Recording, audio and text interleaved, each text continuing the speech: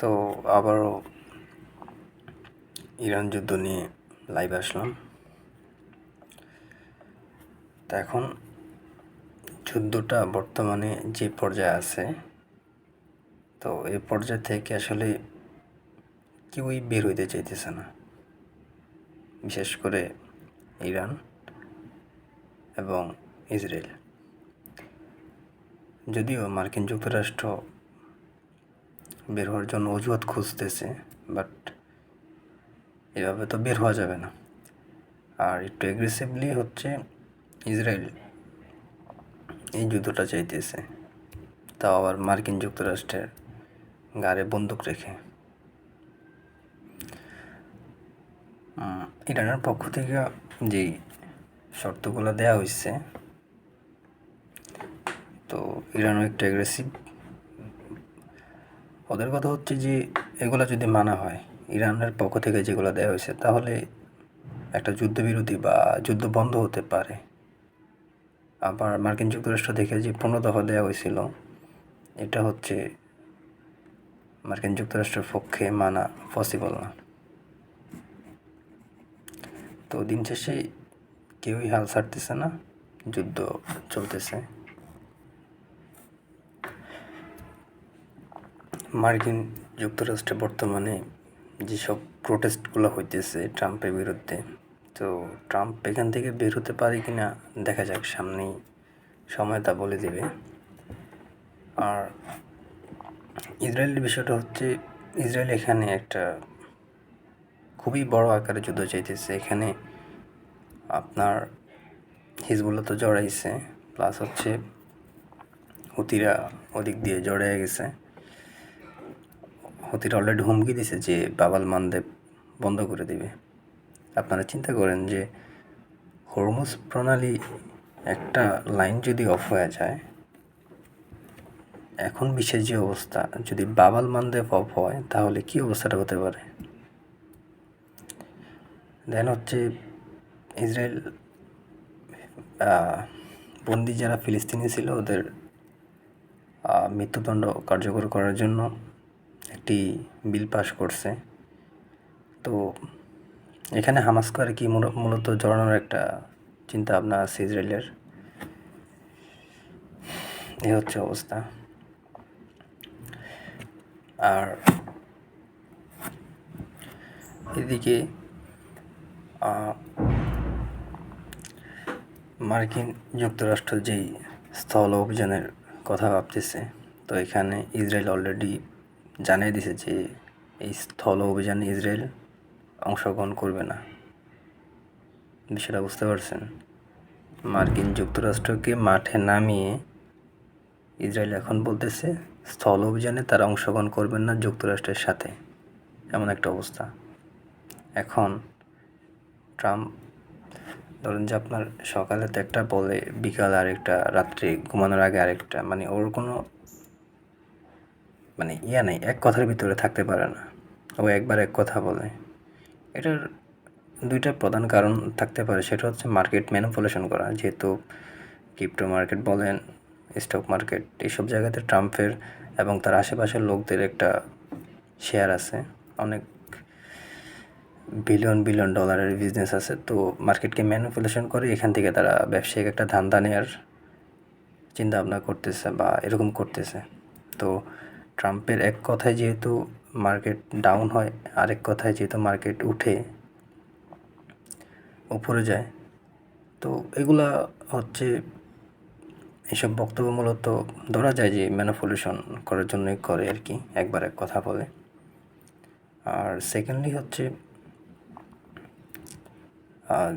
আরেকটা কারণ থাকতে পারে, যেটা আর কি মিডিয়াতে আসছে, সেটা হচ্ছে ট্রাম্পের আশেপাশে যারা বর্তমানে আছে, যারা তার উপদেষ্টা, এরা হচ্ছে ইসরায়েলের লবি। ওই লবিরা হচ্ছে আপনার ট্রাম্পকে ভুলভাল বুঝিয়ে মূলত এই যুদ্ধে এখনও মার্কিন যুক্তরাষ্ট্রকে নিয়ে গেছে। এরকম রিপোর্টও আসছে যে যুদ্ধের এমন কিছু ভিডিও ট্রাম্পের আশেপাশে যারা উপদেষ্টা, ওরা এরকমভাবে তৈরি করে যে মার্কিন যুক্তরাষ্ট্র খুব ভালো অবস্থানে আছে। এরকম রিপোর্টও আসছে। তো যা দেখার পর ট্রাম্প তো বুঝে নেই, কারণ তার তো সব কিছুই হচ্ছে উপদেষ্টারা করবে। প্রধানমন্ত্রীত্ব বা প্রেসিডেন্ট যারা থাকে ওদের তো হচ্ছে এত সময় নাই যে এত নিউজ নিজের থেকে কালেক্ট করা, নিজের থেকে করা। সে তো তার উপদেষ্টাদের মাধ্যমে মূলত এগুলো করবে, তাই না? তো এই হচ্ছে অবস্থা। আর আরেকটা বিষয় হচ্ছে মার্কিন যুক্তরাষ্ট্র ইরানের সাথে যে পাকিস্তান, মিশর, তুরস্ক ওদের মাধ্যমে যেই যুদ্ধবিরতির প্রস্তাব বা যুদ্ধ শেষ করার যেই চুক্তিগুলা বা মধ্যস্থতাকারী, ওদের মাধ্যমে ইরানের কাছে বার্তা পাঠাইতেছে, মানে ও চাইতেছে এখান থেকে বের হওয়ার জন্য।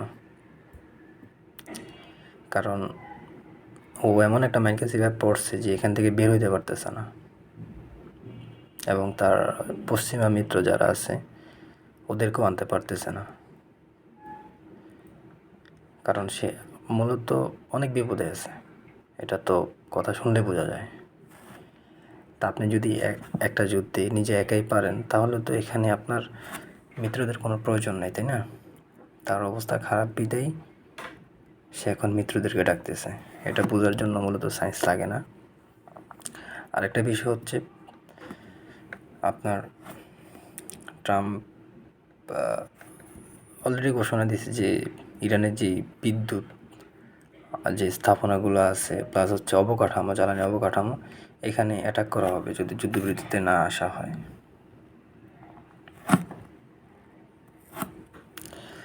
আই থিঙ্ক এটা হচ্ছে মূলত যে স্থল অভিযান, মানে ব্ল্যাক আউট করে কারেন্ট এইসব যে স্থাপনাগুলো আছে ওগুলো সব অফ করে একটা দেশকে অন্ধকারে রেখে, কিউবার মতো একটা দেশকে অন্ধকারে রেখে একটা স্থল অভিযান পরিচালনার একটা মতলব থাকতে পারে। আর আরেকটা বিষয় হচ্ছে এখনও কিন্তু মার্কিন যুক্তরাষ্ট্র ওরকমভাবে এসব স্থাপনায় এখনও অ্যাটাক করে নাই, বাট এই দিক থেকে ইসরায়েল হচ্ছে আপনার এমন এমন জায়গায় ইরানের অ্যাটাকগুলো করতেছে ইরানের ভিতরে। তো ইরান কি করতেছে, এই অ্যাটাকগুলোর পাল্টা জবাব দেওয়ার জন্য ইসরায়েল এবং আরব কান্ট্রিতে, মানে আরব দেশগুলোতে, উপসাগরীয় দেশগুলোতে যেই অবকাঠামোগুলো আছে ওগুলাতে অ্যাটাক করতেছে। একদিক দিয়ে ট্রাম্প চেষ্টা করতেছে যে যুদ্ধবিরতি করার জন্য, আরেক দিক দিয়ে ইসরায়েল এমন এমন অ্যাটাকগুলো করতেছে যেন ইরান পাল্টা অ্যাটাক করে উপসাগরীয় যে কান্ট্রিগুলো আছে প্লাস হচ্ছে ইসরায়েলে, যেন যুদ্ধটা বন্ধ না হয়। ইসরায়েল চাইতেছে মানে এটা, আর যেন আরব দেশগুলোও তাদের অ্যাটাকের জবাবে ইসরায়েলের সাথে জোট বাঁধে, ইসরায়েল এবং যুক্তরাষ্ট্রের সাথে। তো এই কারণ হচ্ছে ইসরায়েলি অ্যাটাকগুলো মূলত করতেছে। তো অ্যাটাকগুলোর পর ট্রাম্প বলতেছে যে না, নেতানিয়াহু তো আমার সাথে এই বিষয়ে কোনো আলাপ করে নাই, আমাকে না জানিয়ে অ্যাটাকগুলো করতেছে, এরকম আর কি বিষয়টা। আর আরেকটা কথা হচ্ছে নেতানিয়াহুর বিষয়ে এসে আরও আগে থেকে যেটা ছিল যে নেতানিয়াহু মারা গেছে না জীবিত, এটা এআই ডিফেক্ট, মানে অনেক একটা ছিল। তো এখন তো মানে যা বোঝা যাইতেছে উনি যেহেতু ফিল্ডে যাইতেছে, আমার মনে হয় না যে উনি মারা গেছে, উনি জীবিতই আছে। আর হ্যাঁ, এটাও ঠিক, অনেক নেটিজেন যারা আছে ওনারা বলতেছে যে তারা যেহেতু ইলুমিনাতির সদস্য,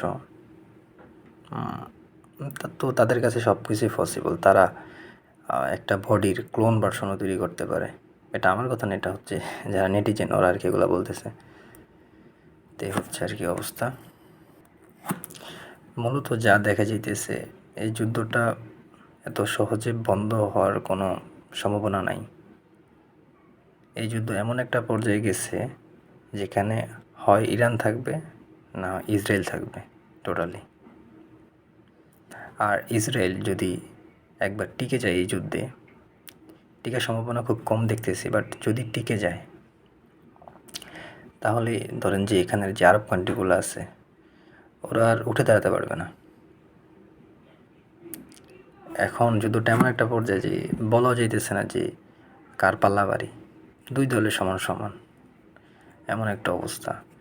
তো এই যুদ্ধ আসলে একটা অন্যান্য সাধারণ যুদ্ধের মতো না। এই যুদ্ধটা অনেক হিসাব নিকাশ চেঞ্জ করে দিবে, এমনটাই মনে হইতেছে। দেখা গেলো কি মার্কিন আধিপত্যের যে একটা রেওয়াজ ছিল, ওটা তো বাটা পড়তে পারে। মার্কিন যে ডলার ভিত্তিক অর্থনীতি, পেট্রো ডলার, ওখানেও বাটা পড়তে পারে। মার্কিন আধিপত্যবাদ, এখানেও বাটা পড়তে পারে। আবার এটাও হইতে পারে যে ইরানও এখান থেকে শেষ হয়ে যেতে পারে। বাট ইরানের শেষ হওয়ার পসিবিলিটি খুব কম দেখতেছি, যদি না ইসরায়েল পারমাণবিক অ্যাটাক করে।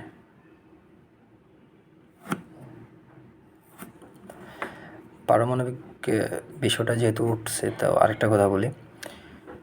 তো অনেকেই আমাদের দেশের যারা আছে এরা বলার চেষ্টা করতেছে যে ইরানের কাছে পারমাণবিক বোমা আছে, এই আছে, সেই আছে। বাট আমার কাছে কেন জানি মনে হয় যে এরকম কিছুই নেই। কারণটা হচ্ছে, হ্যাঁ, আর থাকতেও পারে, বলা যায় না, বাট থাকতে পারে। সেটা আগে কথাটা ক্লিয়ার করি। থাকতে পারে বলতে, যেহেতু উত্তর কোরিয়ার সাথে ইরানের একটা ভালো সম্পর্ক আগে থেকে ছিল, আর ওদের যে টেকনোলজি উত্তর কোরিয়ার, ওরা ইরান আর উত্তর কোরিয়াগুলা মানে যেটা শোনা যায় আর কি, যারা আগে থেকে এগুলো শেয়ার করতো। তো এখন এটা যদি শেয়ার করে তাহলে এটা তো পসিবল থাকাটা। আর দ্বিতীয়ত হচ্ছে, আর যদি থাকেও, ধরেন যে হয়তো বা লুকিয়ে রাখবে, কারণ ওদের যেহেতু সব কিছু মাটির নিচেই। তো লুকিয়ে রাখার মানেটা হচ্ছে, ধরেন যে ইরানের উপর যে চাপ, এখন যদি এটা তৈরি করা হয়, এটা যদি থাকে, তাহলে তো চাপ আরও বাড়বে, তাই না? এই কারণে মূলত তারা লোকাল রাখতে পারে, বাট এটা থাকার সম্ভাবনা খুবই কম। আর দ্বিতীয়ত হচ্ছে, না থাকার সম্ভাবনার ক্ষেত্রে আমি বলবো যে, যেহেতু আন্তর্জাতিক আণবিক কমিশন যেটা, ওরা যেহেতু এই জায়গাগুলো খুব ভিজিট করতো, ওরা বাতাস পরিমাপ করা, অন্যান্য অনেক কিছুই করতো সায়েন্টিফিক। তো ওরা তো কোনো প্রমাণ এরকম পায় নাই। বাট ইউরেনিয়াম আছে, কিন্তু ওরকম কিছুই পায়নি। তো এবার যে একটা জোর গুঞ্জন শুনতেছি যে ইরান হয়তো বা এই যুদ্ধের ভিতরেই এই বোমাটা তৈরি করতে পারে, যেহেতু 60% পর্যন্ত অ্যানালিস করা আছে, যেটা 90% পর্যন্ত গেলে হচ্ছে আপনার পারমাণবিক বোমার জন্য ওই ইউরেনিয়ামটা ইউজ করা যাবে। সেটা বর্তমান হচ্ছে আপনার 60%-এ আছে। আর কেজিতে হচ্ছে আপনার 410 কেজি, এরকম আর কি। আর মূলত ট্রাম্প চাইতেছে ওই স্থল অভিযানের মাধ্যমে খার্ক দ্বীপটা দখল করা, যেহেতু ইরানের অর্থনীতি ওখানেই। যে তেলগুলো উঠে ওই খার্ক দ্বীপে রাখে। আর হচ্ছে ইউরেনিয়ামের বিষয়টা, এই যে ইউরেনিয়ামটা করা, মার্কিন যুক্তরাষ্ট্রে নিয়ে যাওয়া, এটার জন্য মূলত স্থল অভিযানের একটা চিন্তাভাবনা ট্রাম্প করতেছে। ইভেন অলরেডি মার্কিন যে ট্রুপসগুলো, ওরা উপসাগরীয় যে অঞ্চল, ওখানে আইসা পুষছে, ওখানে আইসা ভিড়তেছে। এখন দেখা যাক তারা স্থল অভিযান করে কিনা। আর আই থিঙ্ক স্থল অভিযানটা এত ইজি হবে না, কারণ হচ্ছে ইরানের বর্ডার এরিয়াতে হচ্ছে আপনার পাহাড় দিয়ে ঘেরা। তো আপনাকে যখন প্রকৃতি সেভ করবে, তখন তো আপনার একটা অ্যাডভান্টেজ থাকে। যেমনটা আমরা আফগানিস্তান যুদ্ধে শুনছি যে মানে দেখেছি আর কি, যে আফগানিস্তান যুদ্ধে হচ্ছে আপনার পাহাড় পর্বত থেকে তালেবান মোল্লারা অ্যাটাকগুলো করতো। তো এখানে তো পাহাড় পর্বত আছে, আসলে অতটা ইজি না, এটা হচ্ছে কথা। বাট দেখা যাক কী হয় আর কি। আরেকটা বিষয় হচ্ছে, এখনও পর্যন্ত যেই ইউরোপীয় মিত্ররা এই যুদ্ধে অংশগ্রহণ করতেছে না যুক্তরাষ্ট্রের সাথে, তাদের একটাই কথা যে এই যুদ্ধ আমাদের না, এই যুদ্ধ আমাদের না, তাহলে আমরা কেন এই যুদ্ধে নামবো বিনা কারণে। বাট ওরাও হচ্ছে আপনার মাঝে মাঝে পাল্টি নেয়। বাট দিন শেষে দেখা যায় যে প্রত্যেকটা কান্ট্রি, যে ইউকে, ফ্রান্স, ফ্রান্স তো অলরেডি একটু আগে অলরেডি বলছে যে আমাদের সামনের যুদ্ধটা হবে যুক্তরাষ্ট্র এবং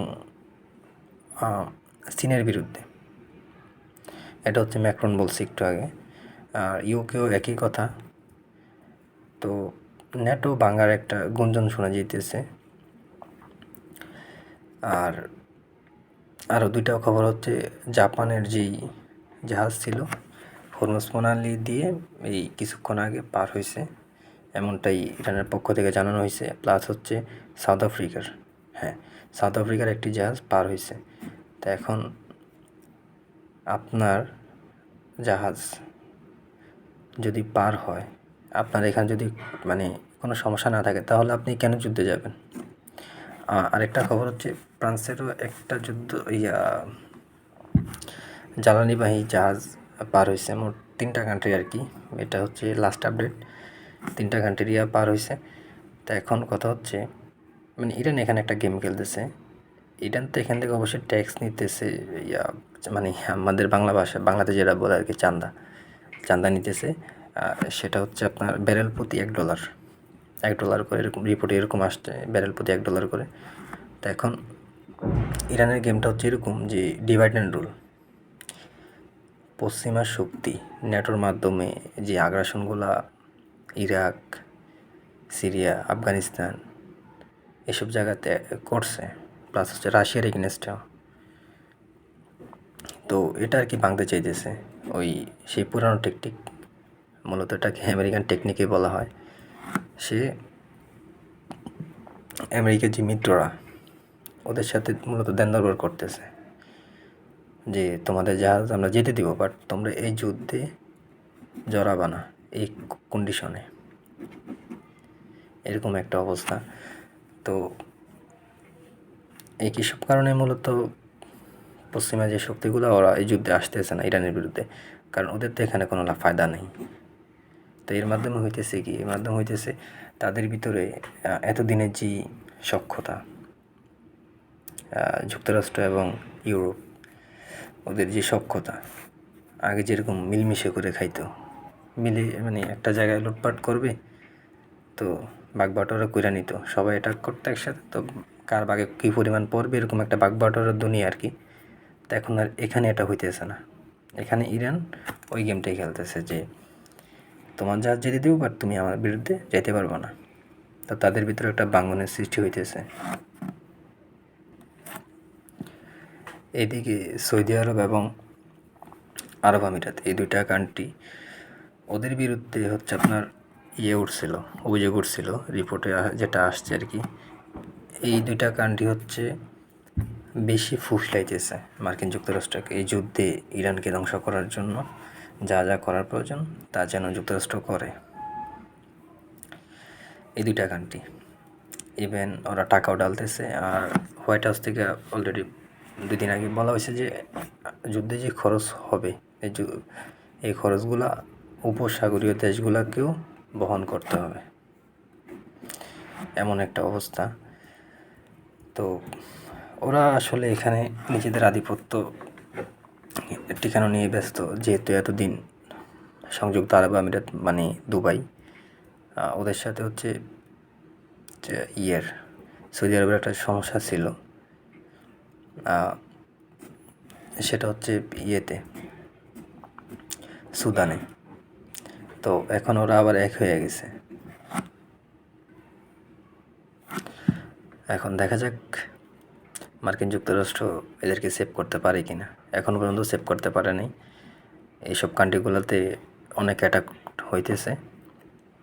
এদের যে মূল দুর্বলতা সেটা হচ্ছে এদের তেল আছে, বাট এদের হচ্ছে আপনার পানির সংকট। তো ইরান পানি শোধনাগারেও কয়েকটা কান্ট্রি অ্যাটাক করছে, ওরকমভাবে এখনও করে নাই, তো কিছু কিছু জায়গায় করছে। এখন দেখা যাক মার্কিন আধিপত্য এখান থেকে দূর হয় কি না। ইরান ওদের সাথে যোগাযোগ রাখতেছে ইনডাইরেক্টলিভাবে। তো ইরান একটা কথা যে তুমি এখান থেকে যে উপসাগরীয় যে কান্ট্রিগুলো আছে ওদের উদ্দেশ্যে আর কি, তুমি তোমার কান্ট্রি থেকে মার্কিন যুক্তরাষ্ট্রের যে ঘাঁটি আছে ওগুলো সরিয়ে দাও, তুমি আমার বিরুদ্ধে যাইও না, বাস আমি তোমার কোনো ক্ষতি করব না। এই হচ্ছে অবস্থা। আর আরেক কাঠি সরস হচ্ছে দুবাই, সংযুক্ত আরব আমিরাত। ওরা হচ্ছে ওদের যে নিউজ যেটা আসছে, ওরা ওদের সৈন্যবাহিনী তৈরি করতেছে ইরানের বিরুদ্ধে যুদ্ধে জড়ানোর জন্য, বিশেষ করে হচ্ছে আপনার স্থল অভিযানের জন্য। আর যেহেতু ইরানের সাথে হচ্ছে আপনার কিছু দ্বীপ নিয়ে, হরমুজ প্রণালীর এই অঞ্চলটাতে কিছু দ্বীপ আছে এমন, যে দ্বীপগুলো নিয়ে দুবাই এবং ইরানের সাথে পুরাতন কিছু ক্যাচাল আছে। তো এসব কারণেই মূলত ওরা আর কি এই যুদ্ধে হয়তো বা স্থল অভিযানে যেতে পারে। মানে ওরা একটু বেশি এক ধাপ আগে আছে অন্যান্য আরব কান্ট্রিগুলো থেকে আর কি। আরেকটা বিষয় সেটা হচ্ছে, এবার একটু মিডিয়ার কথায় আসি। কিছু কিছু মিডিয়া এমন কিছু নিউজ করতেছে এই যুদ্ধ নিয়ে, মানে যেটার আসলে কোনো বিশ্বাসযোগ্যতা নেই। সেটা হচ্ছে এমন যে একজন সৈনিকের বরাত দিয়ে, একজন বরাত দিয়ে, মানে নাম কোনো মেনশন করে নাই, জাস্ট হচ্ছে একটা লাগিয়ে দেয়, ট্যাগ লাগিয়ে দেয় যে অমুক সৈনিক, অমুক দেশের অমুক সৈনিক এই কথা বলছে, অমুক দেশের খুব গুরুত্বপূর্ণ কর্মকর্তা, এরকম একটা অবস্থা। তো মিডিয়াগুলো কিছুটা প্রোপাগান্ডা ছড়াইতেছে, কিছুটা মিথ্যা নিউজ আসবে, এটা থেকে আমাদেরকে সতর্ক থাকতে হবে। এটা হচ্ছে কথা। এটাকে মিডিয়া প্রোপাগান্ডা এগুলো যুদ্ধের সময় হয় আর কি, মার্কেট ম্যানিপুলেশনের জন্য। বা আপনি চিন্তা করেন, একটা প্রেসিডেন্টকে আপনি কীভাবে ম্যানিপুলেশন করবেন? একটা প্রেসিডেন্ট তো অবশ্যই তার উপদেষ্টা যারা আশেপাশে থাকে, ওই উপদেষ্টাদের থেকে মানে হচ্ছে আপনার জ্ঞান নেয়, তালিম নেয়, আর হচ্ছে পত্রিকাগুলো, নিউজ পেপারগুলো ওগুলো ফলো করে, বিভিন্ন রিপোর্ট ফলো করে। এখন বিভিন্ন রিপোর্টের যদি মিথ্যে হয়, তাহলে তো ওই রাষ্ট্রপ্রধান ওরকমভাবেই তার যে কৌশল ওটা প্রয়োগ করবে, তাই না? তো এখানে মিডিয়া একটা বড় ফ্যাক্টর। যেমনটা আপনার হচ্ছে সৌদি আরবের ক্ষেত্রে, মানে একটা মিডিয়া ওরা বলতেছে যে সৌদি আরব এরকম এরকম লবিং করতেছে, বিশেষ করে যুবরাজ সালমান মার্কিন প্রেসিডেন্ট ট্রাম্পের সাথে, যে ইরানকে যেন শেষ করে দেওয়া হয়। তো এটার একটা বিশ্বাসযোগ্যতা নিয়ে প্রশ্ন আছে, যেরকমটা আদৌ হ্যাঁ তারা করতে পারে, এটা ঠিক। বাট এখন এগুলো মূলত হচ্ছে পশ্চিমা মিডিয়া, পশ্চিম ঘেঁষা মিডিয়া। তো পশ্চিম ঘেঁষা মিডিয়া বা ইসরায়েলি নিয়ন্ত্রণ না দিতে ইসরায়েলের কন্ট্রোলে যেসব মিডিয়াগুলো থাকে, ওরা যখন এইসব রিপোর্টগুলো করবে, আপনি চিন্তা করেন, মানে এটার ইয়েটা কি, ডিভাইড অ্যান্ড রুল, যে আরব কান্ট্রিগুলা বা ইরান, এদেরকে কখনো এক হইতে দেওয়া যাবে না, এদেরকে একজনের পিছনে আরেকজনকে লেলিয়ে দিতে হবে। যদিও সৌদি আরব থেকে এই বিষয়ে কোনো আনুষ্ঠানিকভাবে কিছু জানানো হয়নি এখনো পর্যন্ত। তো এই হচ্ছে মিডিয়ার খেলা। মূলত আমাদের দেশের যেরকম মিডিয়া আর বাইরের বহির্বিশ্বের মিডিয়া একই সন্ত্রাসী কায়দায় নিউজ করে। ওদের মূলত নিউজের কারণেই যতগুলা যুদ্ধ এগুলা মানে সংগঠিত হওয়ার যে স্ফুলিঙ্গ, যেই কী বলবো, যে আগুন ধরানোর যেই দেশলাই, এটা হচ্ছে এসব মিডিয়া। রিপোর্টে আরেকটা বিষয় উঠে আসছে, সেটা হচ্ছে চীন তাইওয়ানকে ঘিরে ফেলছে, প্লাস হচ্ছে এই যুদ্ধ থেকে মার্কিন যে অস্ত্র আছে, মানে কী কী অস্ত্র মার্কিন থাকতে পারে, যেগুলা নতুন করে এখন এক্সপোজ আমাদের সামনে আসতেছে, ওগুলো নিয়ে চীন রিসার্চ করতেছে। তো মূলত চীন এখান থেকে শিখতেছে আর কি, এটা হচ্ছে সে শেখার একটা ফিল্ড হিসাবে নিছে, লার্নিং ফিল্ড। ওই দিন লেবাননে 3 জন শান্তিরক্ষী জাতিসংঘের সৈন্য নিহত হয়েছে ইসরায়েলের মাধ্যমে। ইসরায়েল তাদেরকে হত্যা করছে। তো এখন জাতিসংঘ চুপ, কোনো অ্যাকশনে যায় নাই, মানে টোটালি ইসরায়েলের জন্য কোনো আইন নেই, এ হচ্ছে একটা অবস্থা। চিন্তা করেন, জাতিসংঘের 3 জন যদি সৈন্য মারা যায় লেবাননে, তাও আবার ইসরায়েলের ইয়েতে, তো মানে এটা যদি ইসরায়েল ছাড়া অন্য কোনো কান্ট্রি হইতো তাহলে তো কী বলবো আর, পুরো পশ্চিম হচ্ছে এখানে ঝাঁপায় পড়তো। তো এখনও পর্যন্ত নিন্দা ছাড়া এখনও পর্যন্ত কিছু জানানো হয়নি। আর হচ্ছে আরেকটা বিষয়, সেটা হচ্ছে আপনার মূলত একটা যেটা আর কি বলার ছিল সেটা হচ্ছে এখানে যেটা দেখা যাইতেছে যে বড় শক্তি যাদের লবিং শক্তি আছে ওদের কাছে কোনো আইন কিছুই না, ঠিক আছে? যাদের টাকা আছে ওদের কাছে আইন কিছুই নেই, এটাই আর কি দেখা যাইতেছে। আরেকটা বিষয় হচ্ছে Iran NPT, nuclear power TT, এই ওটা থেকে বের হয়ে যাওয়ার ঘোষণা দিয়েছে। মানে এটা এমন একটা চুক্তি, আপনি এই চুক্তিতে স্বাক্ষর করলে আপনি কখনোই ইয়ে করতে পারবেন না, পারমাণবিক যে বোমা ওগুলো তৈরি করতে পারবেন না। এটা থেকে বের হওয়ার ঘোষণা দিছে। তো আমার মতে যে ইরানের এটা যেহেতু উত্তর কোরিয়া পারছে তৈরি করতে, তো তারও তো পারার কথা। এটা আসলে কেন করে নাই, কেন হয় নাই, কী ফতুয়া ছিল, মানে কী আর বলবো, এটা তৈরি করলে হয়তো বা এরকম সিচুয়েশন হইতো না আগের সময়। এখন তো অনেক ক্রিটিক্যাল। এখন ধরেন যে ইসরায়েল এবং যুক্তরাষ্ট্র বা পশ্চিম ওদের কথা হচ্ছে যে ওরা বড় শক্তি, ওদের কাছে অস্ত্র থাকতে পারবে আর কারো কাছে কোনো কিছু থাকতে পারবে না, সেটা হোক পারমাণবিক সেটা হোক মিসাইল। মানে কথা হচ্ছে ওদের অস্ত্র থাকতে পারবে বাট আপনার থাকতে পারবে না, আপনাকে ও চুক্তির মাধ্যমে হাত পা বেঁধে ফেলবে। তো ইরানের এটা একটা ভুল ছিল, না হয় আজকের এই দিনটা হয়তো আবার দেখতে হইতো না। ইরানের সামরিক স্থাপনার থেকে যেটা বেশি হইতেছে সেটা হচ্ছে আপনার জ্বালানি যে অবকাঠামো ওগুলাতে একটু বেশি অ্যাটাক হইতেছে। আর প্লাস হচ্ছে আপনার যে বেসামরিক স্থাপনাগুলা, বেসামরিক নাগরিক, এখানে বেশি অ্যাটাক হইতেছে। ইরানের জনগণের একটা মনস্তাত্ত্বিক থিওরি আছে, সেটা হচ্ছে মরলে তো শহীদ, জান্নাত পাবো। তো এই কারণে তাদের উপরে মানে এখনও পর্যন্ত ওরকম তারা করে নাই যে আমি মারা গেছি বা আমার ফ্যামিলির কেউ মারা গেছে সে শহীদ হয়েছে। ওদের থিঙ্কিং এটাই, এই জন্যই ওদের মনোবলটা একটু হাই এখনও পর্যন্ত। কিন্তু ইসরায়েলের ক্ষেত্রে একটু বিষয়টা একটু ভিন্ন। ইসরায়েলের সেনাপ্রধান আরও 4-5 দিন আগে উনি ঘোষণা মানে একটা ইয়েতে বললো আর কি, যে বর্তমানে যে মানে যুদ্ধ চলতেছে যে কোনো সময় ইসরায়েলের সেনাবাহিনী ধসে পড়তে পারে। আপনি চিন্তা করছেন এমন একটা কথা, তা আবার ইসরায়েলের সেনাপ্রধানের মুখ থেকে আসবে। অলরেডি হিজবুল্লাহ থেকে বলা হয়েছে যে গত 15 দিনে 100টা মার্কাবা ট্যাঙ্ক, ইসরায়েলের 100টা মার্কাবা ট্যাঙ্ক ধ্বংস করা হয়েছে। তো এই হচ্ছে এদের অবস্থা। আর যেহেতু সেনাবাহিনীর কথা আসছে তাহলে আরেকটা কথা বলি, সেটা হচ্ছে মার্কিন যুক্তরাষ্ট্রের যে সেনাপ্রধান রেন্ডি জর্জ, ওনাকে পদত্যাগে বাধ্য করা হয়েছে। আর এছাড়াও আরও কয়েকজন জেনারেল, উচ্চপদস্থ কয়েকজন জেনারেল তথা সামরিক কর্মকর্তা ওদেরকে পদত্যাগে বাধ্য করা হয়েছে।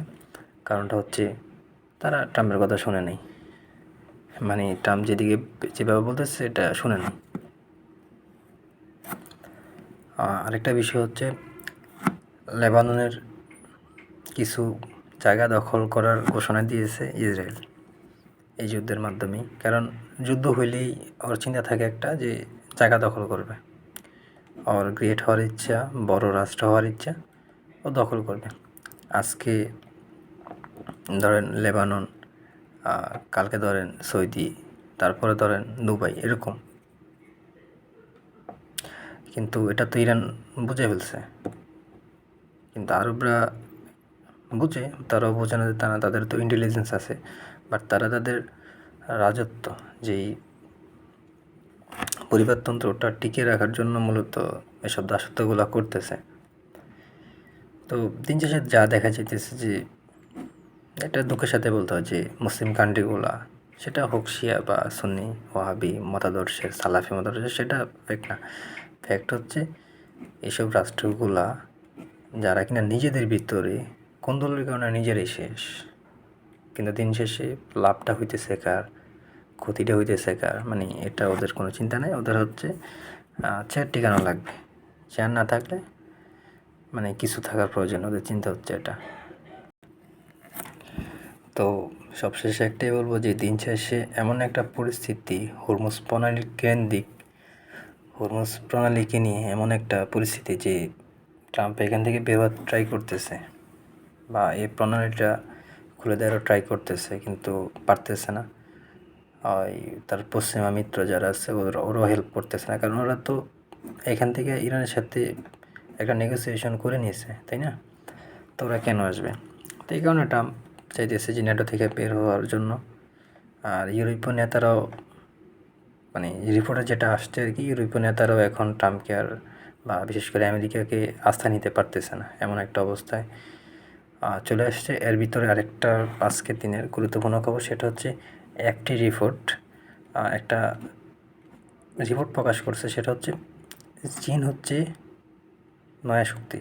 মানে রিপোর্টটার হেডলাইনটা, মানে ইয়াটা হচ্ছে এরকমই, থিমটা এমন একটা অবস্থা। তো দেখা যাক মার্কিন রাজত্ব কতদিন টিকে, নাকি এখান থেকে পতনের শুরু হয়, সামনের সময় বলে দিবে। বাট বর্তমান যে সামারি, সেটা হচ্ছে এটাই যে এখনও দোনোপক্ষ সমান সমান। বাট কিছুটা আমার কাছে যেটা মানে মনে হইতেছে যে কৌশলগতভাবে কিছুটা হলো ইরান একটু আগে আছে, আর হচ্ছে মার্কিন যুক্তরাষ্ট্র যুদ্ধ বন্ধ নিয়ে খুব তোড়জোড় করতেছে, চেষ্টা করতেছে কোনোভাবে কিছু একটা করার। কারণ ওদের ভিতরেই মানে সপ্তাহের আইপ্যাকের টাকা খায় না, কিছু তো অবশ্যই